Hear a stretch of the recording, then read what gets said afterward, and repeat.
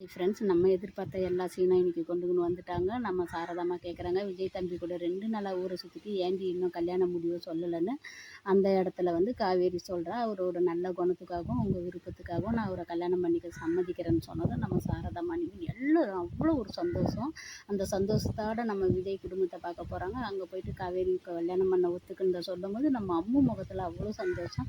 அப்பா அம்மா அவங்கள கல்யாணம் பண்ணிக்க சம்மதிச்சிட்டாங்களான்னு சொல்லிட்டு அந்த பாப்பா அவ்வளோ ஒரு எக்ஸ்பிரஷனை காட்டுது. இந்த இடத்துலேருந்து நம்ம விஜய் வந்து காவேரி போய் பார்க்குறாரு. அந்த இடத்துல மறுபடியும் தயங்கி தயங்கி பேசும்போது, என்கிட்டே சொல்ல ஏங்க தயங்குறீங்க, உண்மையை ஒத்துக்க மாட்டீங்களா?